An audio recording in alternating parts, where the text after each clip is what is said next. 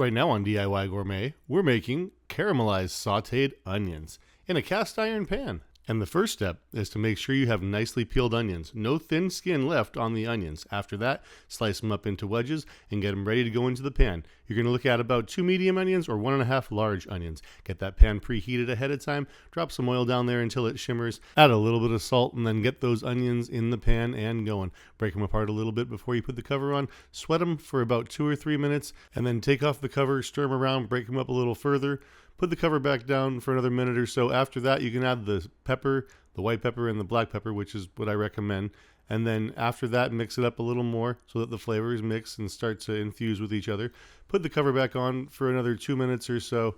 And then after that, you'll be getting right towards the 6 or 7 minute mark.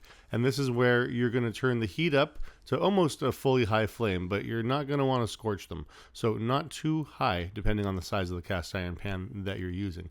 Now, once you got that high heat going and they're cooking and they're almost done, you have one final step. And that final step is to add a little bit of vinegar or wine, white wine preferably, lighter vinegars, although a splash of balsamic isn't bad either.